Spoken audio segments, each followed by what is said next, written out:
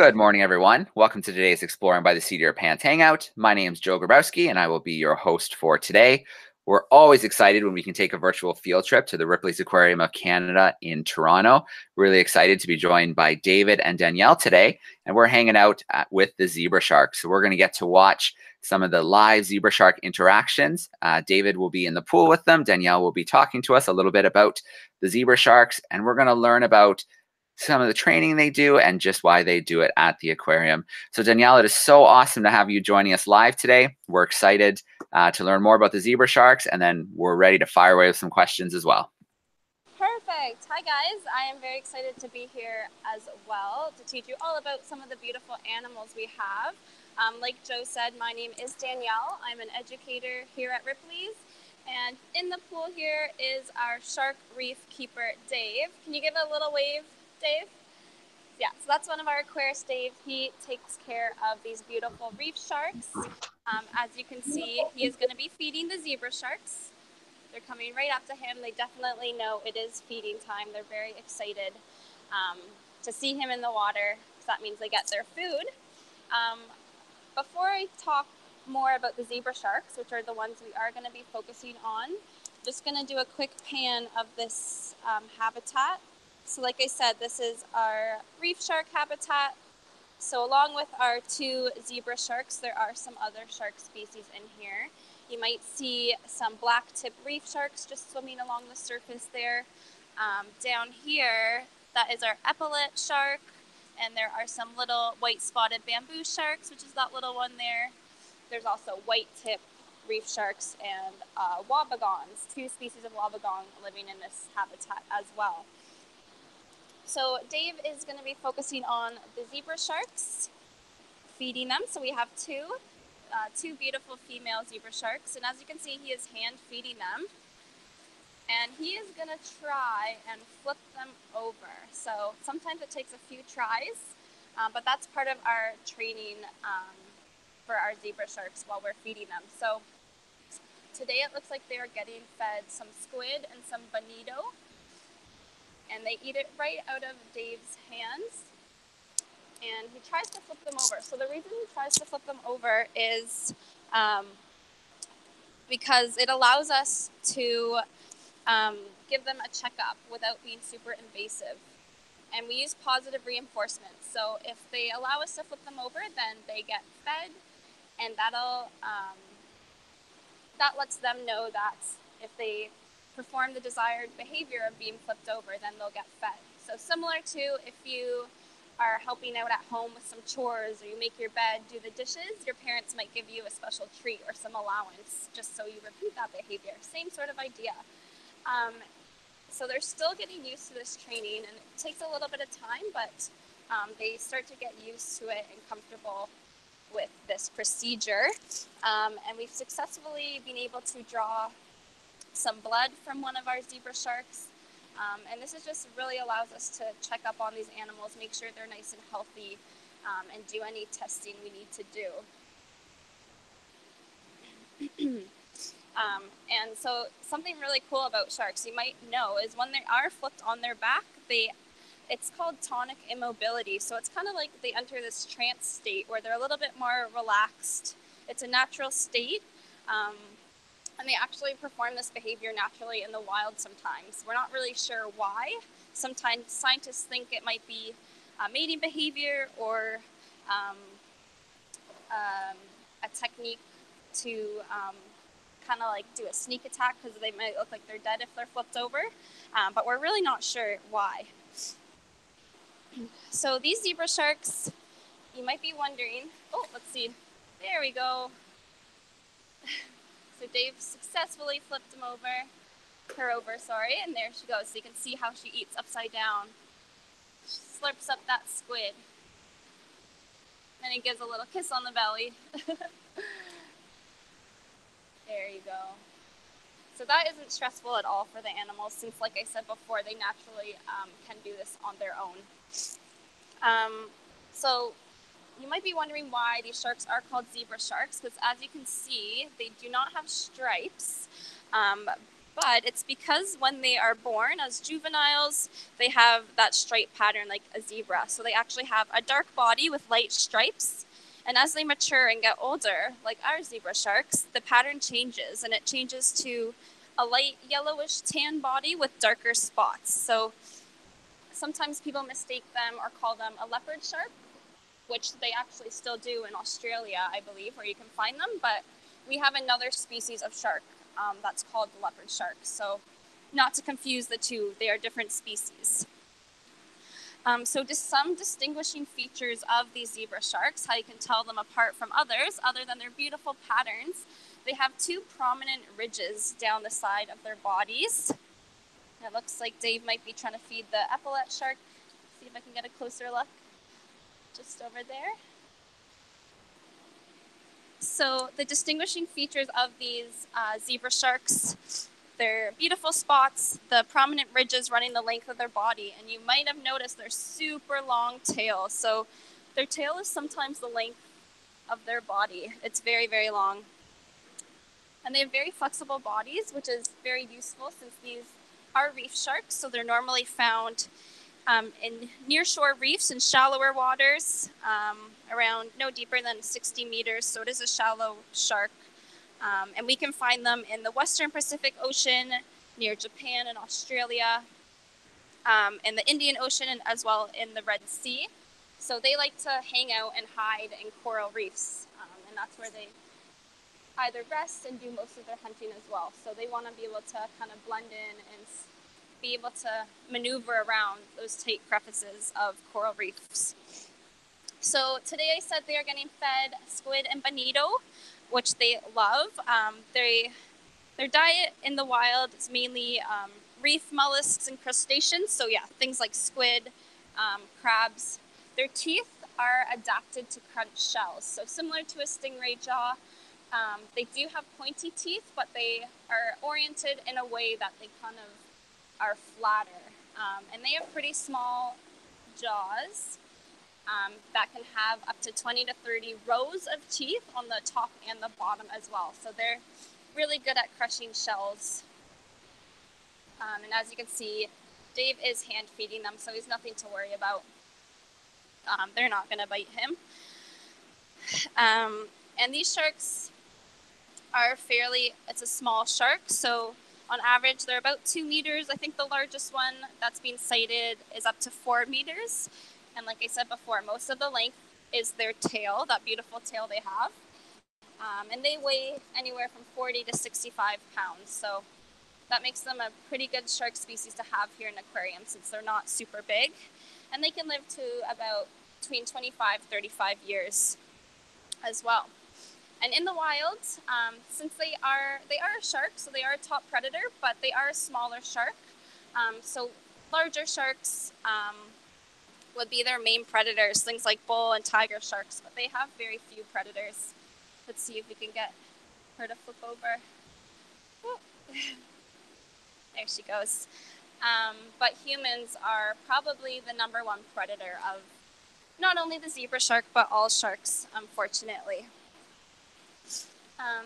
And these zebra sharks, as well as the white-spotted bamboo sharks that we can see over here, they are in a group of sharks referred to as a carpet shark. And that's because they have really beautiful, unique patterns on their bodies that kind of resemble patterns you might see on a carpet. So other sharks that belong to this type of shark would be the whale shark and the bamboo sharks, and then the wobbegongs I talked about that live in this tank as well.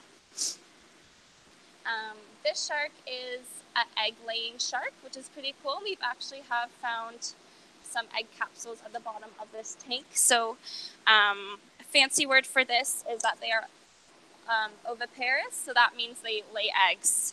And they can lay up to around 5 eggs every 4 months. But our 2 zebra sharks are females, so we won't really be expecting any baby zebra sharks. But something very cool and unique about this shark is that they have actually been capable of producing young without a male partner. So it is possible. Oh, let's get a close look how she is going to eat. Oh, so she kind of just slurps up some squid. Wonderful. So she successfully flipped over and she was rewarded with some yummy squid. You can see she's very comfortable and used to being handled by Dave. So, a little bit about sharks and sharks conservation. So, the zebra shark, unfortunately, is listed as an endangered species, other than in Australia, where they have a very good protection program. So the zebra sharks are actually thriving in this area, but like most sharks, they are endangered and decreasing. And like I mentioned before very briefly, it is because of humans and our lifestyle. So some things that are putting them at risk are because we are shark finning. There's a beautiful shark finning. So either for their fins, their fins are used in many different products, like shark fin soup. Shark fins have been found in pet foods and cosmetics. We also their meat is consumed, and their liver and different parts of their bodies are used for medicine and vitamins. But there are many other threats. So I talked about how these sharks are found on coral reefs, which are very sensitive habitats. So they might be suffering from habitat loss. The coral reefs that they live on might not be there anymore. They might be at risk. Things like overfishing. Sharks are very susceptible to being caught in fishing nets. So there's a lot of threats, and it's very sad because these animals are so beautiful, so lovely, but they are very misunderstood. But as you guys can see right here, Dave is able to feed them right by their hands. So you guys do not need to be scared of sharks. They really do deserve our respect. They are incredible creatures, and they play a very important role on this planet in our oceans. So I don't know, since sharks have been around very, very long, almost as long as dinosaurs. So for 450 million years, they have really played a crucial role in ensuring that our oceans are nice and healthy.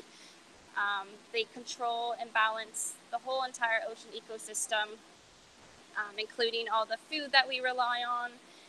Lots of our oxygen, more than half of our oxygen comes from the ocean. So we want to make sure our sharks are sticking around and are healthy. And there are things that you guys can do. So we all play a role. We can all make sure our sharks have a healthy home and are safe. So I encourage you guys to do your part. So some things you guys can do is just learn as much as you can. So educate yourselves, learn about sharks, and most importantly, share what you know. So learn as much as you can. If you have a lot of knowledge, share it so we can help inspire others to do their part, and we can all make sure the sharks stick around. You can support ecotourism and support shark research facilities or organizations. There's so many possibilities. And then, of course, simple things just in your lifestyle. Make sure you're recycling. Make sure you're reducing your waste. Making sure you're eating sustainably. So there are some great programs out there. If you do like to eat seafood, there's one called OceanWise, so they can help you out and make sure you're supporting sustainable fisheries and not ones that might put sharks in danger. There's so many things you guys can do, and I just encourage you and hope you feel a little bit inspired to do your part. Because I know I love sharks. They're one of my favorite animals. They love sharks here. We want to make sure they stick around.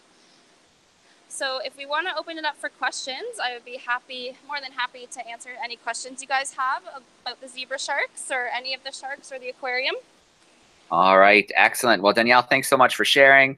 Obviously, Dave, thanks so much for working so expertly with the sharks. It looks like they're pretty cooperative today, coming in, feeding, and maybe they're just getting used to, they like being on camera now. That's probably what it is. All right, well, let's start meeting some of our classrooms. So let's, first of all, let's jump to Mrs. DeMaio's class. Some grade 2s hanging out with us in Connecticut. Let me get their microphone turned on.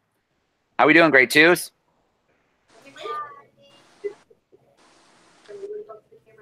All right, who's got a question?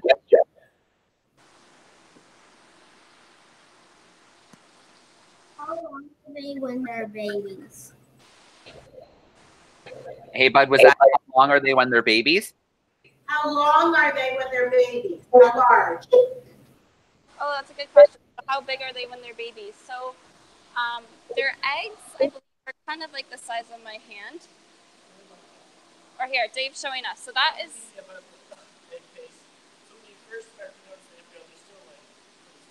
Okay. So that's the size they come out. So I think when I read up, it was about 14 inches, maybe, in the egg case. Yeah, sounds right. Yeah. Right.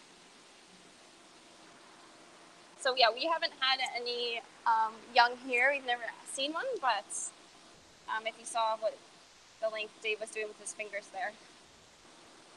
All right, great question to start us off. So about like a ruler when they first come out. All right, let's go to our next classroom. So our next class, we're going to go to Mrs. Prezioso's class. They are hanging out with us from New Jersey. There's some 5th graders. Let's get their microphone turned on. How are we doing, grade 5? Say hi. Hello. Grade 4. Grade 4. Good looking. All right, who's got a question? Okay, go ahead. Leo? Me? Yeah. How many times do you guys have to check the blood? So he asked how many times they have to check the blood. Okay, that's a good question. I will ask Dave. He knows. So Dave, the question was, how many times would we realistically want blood tests? Or So we like to do a physical every year would be nice. Or even up to 6 months wouldn't be such a big deal. That'd be okay.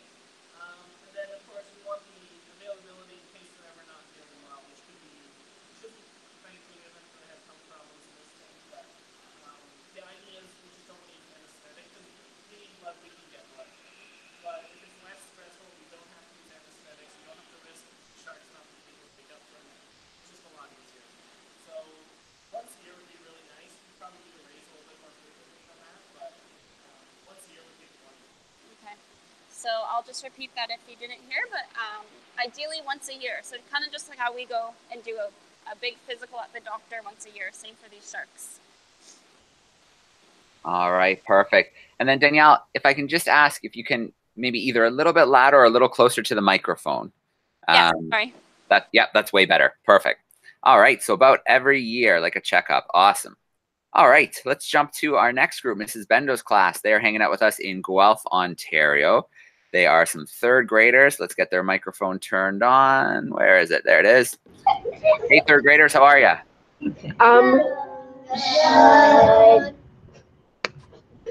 How often do the zebra sharks get fed? How often do they get fed? These sharks, 3 times a week. So all our sharks, so these ones in Shark Reef and then also in Dangerous Lagoon, which has many of our other shark species, they get fed 3 times a week. All right, perfect. Good question. Let's jump to our next classroom. We're going to go to Mrs. Reading's class. Mrs. Reading's class is hanging out with us from Freehold, New Jersey. There's some 3rd graders. Let's get that microphone turned on. How we doing, New Jersey?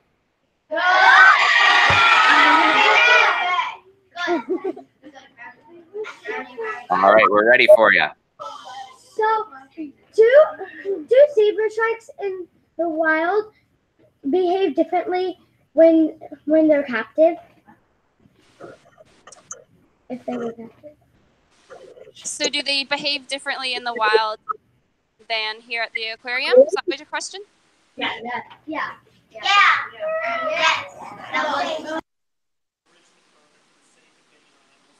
All right, Danielle, did you catch that? So a lot of the normal shark behavior we see in a wild shark is still here. The only reason saying that they technically don't eat fish is not because they don't act like normal sharks, it's because they're well fed. If they have a lot of food, true of a shark sitting on a reef, true of a shark in a tank is just not going to eat anything. Can they get certain behavioral changes because they're captive? For sure. They can get something called a stereotypical behavior, where they get kind of stuck in this loop. So for one of them, I have to work on making her turn right. She only wants to go left. Which is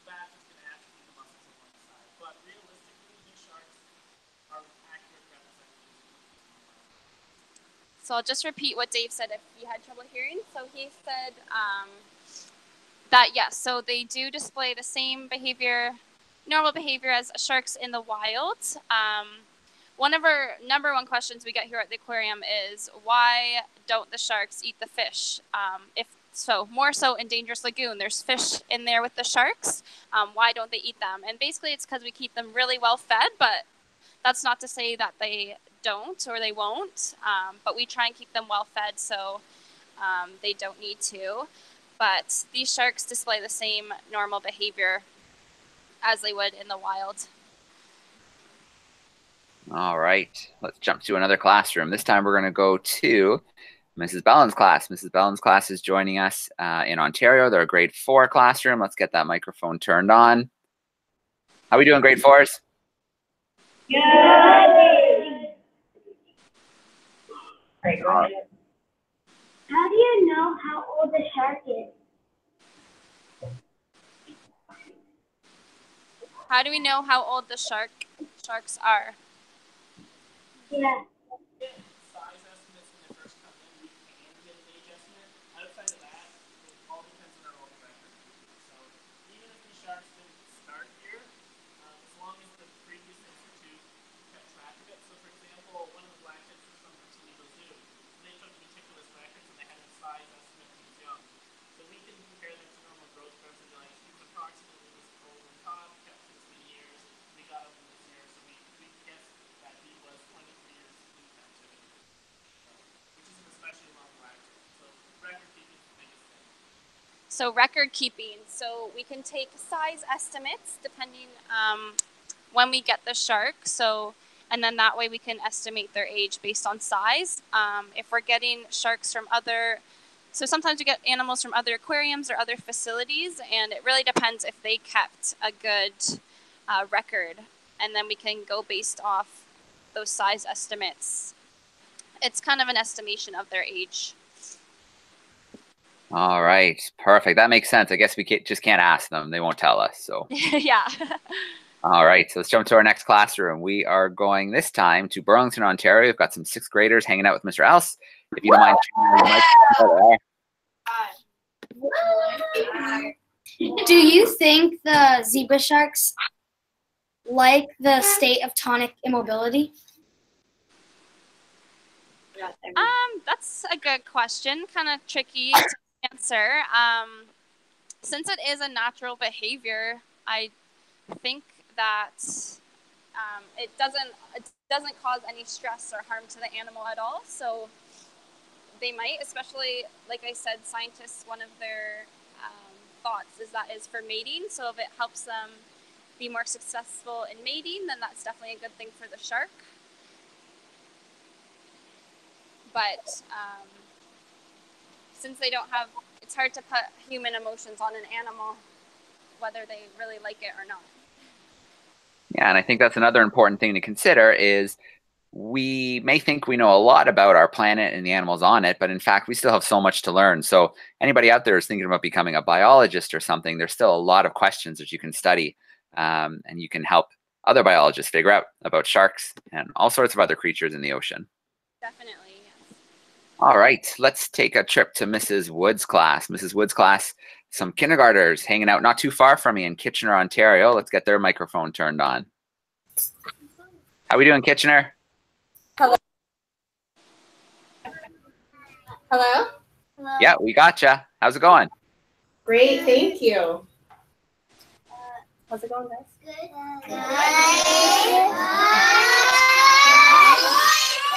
I have a quick question for you. Can you give me a big thumbs up if you think the sharks are pretty cool? Oh, good. Double thumbs on some. They must really like the shark. I love it.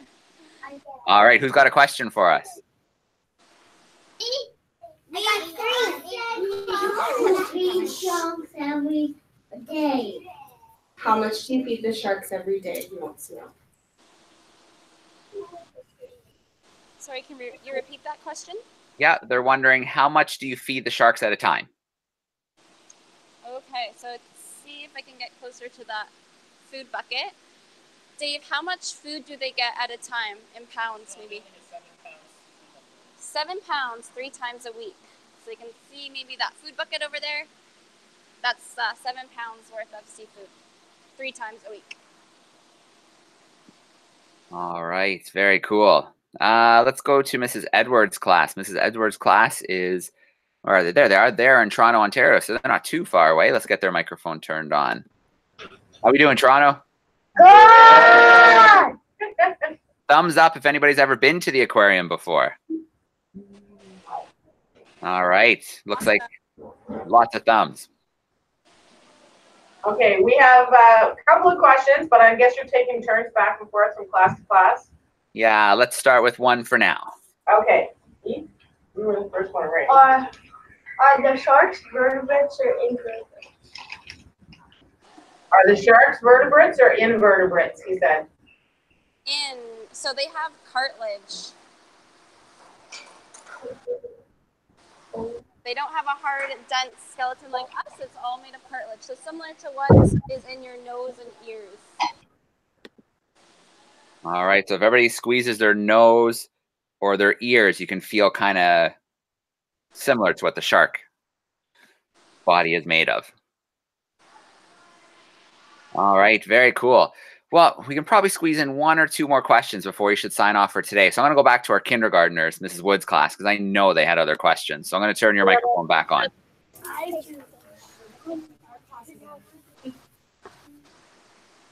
What's a baby shark called? A pup. Oh, a pup. All right, very cool. A baby shark is a pup. That's awesome. And then just we talked about the eggs. So some sharks lay eggs. And Danielle, is it true that other sharks can have live birth as well? It is true. So a lot of the larger sharks will have a live birth. And then another cool thing that some stingrays and some sharks do, they actually kind of have a mixture of both. So it might start off as an egg when it's in the shark, and then the young will come out live birth. So it's a little bit of both. All right, so we're going to visit Mrs. Reading's class one more time. Let's get that microphone on. You guys have another question? Where do they have their ears? Where do they have their ears? Oh, did you get that, Danielle? She's wondering where their ears are. Do they even have good question. So sharks do have ears. They're not big ears like ours. So they have just the internal part of the ear. So we can't really see it. And sharks actually have another very cool sense. So we have 5 senses. Sharks actually have 6. So they have these little pores that are around their face, and they can actually sense electrical signals. So things like heartbeats and muscles moving, they can sense that in the water. So anything alive, they have that 6th sense that they can use to find it. All right, and Mrs. DeMaio's class, do you have a follow-up?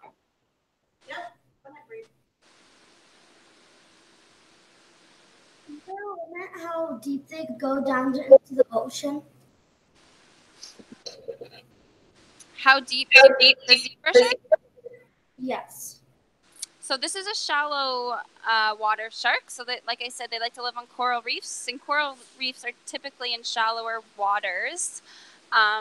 So I would say probably no deeper than like 60 meters, 60 meters. So they're typically in shallower waters.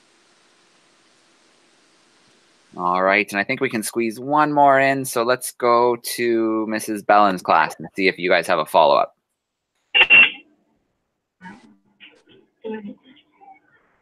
Hi. Why are they called zebra sharks? We're not sure if it was said earlier. Yeah, so I did talk about that. That's okay. I'll repeat. So they clearly do not look like zebras, but this shark, when they're born as young, they do have a dark body with lighter stripes like a zebra. So when they're young, as juveniles, they look more zebra-like. And then as they mature, they lose those stripes, and the pattern changes to these spots. All right. Well, as always, we love our trips to the aquarium. I wish we could just go on and on forever with the questions, but I know that you guys have schedules to keep and other animals to look after. So classrooms, thank you so much, as per usual, for your awesome questions and for hanging out with us. And then obviously Danielle, Dave, and of course the sharks. Thank you so much for another awesome hangout from the aquarium. Our pleasure. Thank you guys for joining us. All right. Well, the last thing I'll do is I'm going to turn the microphones on. Boys and girls, if you want to get nice and loud for goodbye and thank you, maybe loud enough that the sharks can even hear you down in the water. So here we go. Microphones are coming on. Nice big goodbye and thank you.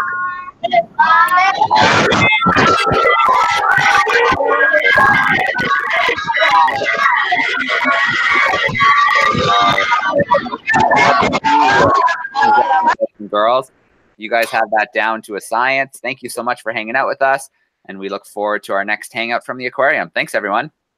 Thanks, guys. Bye.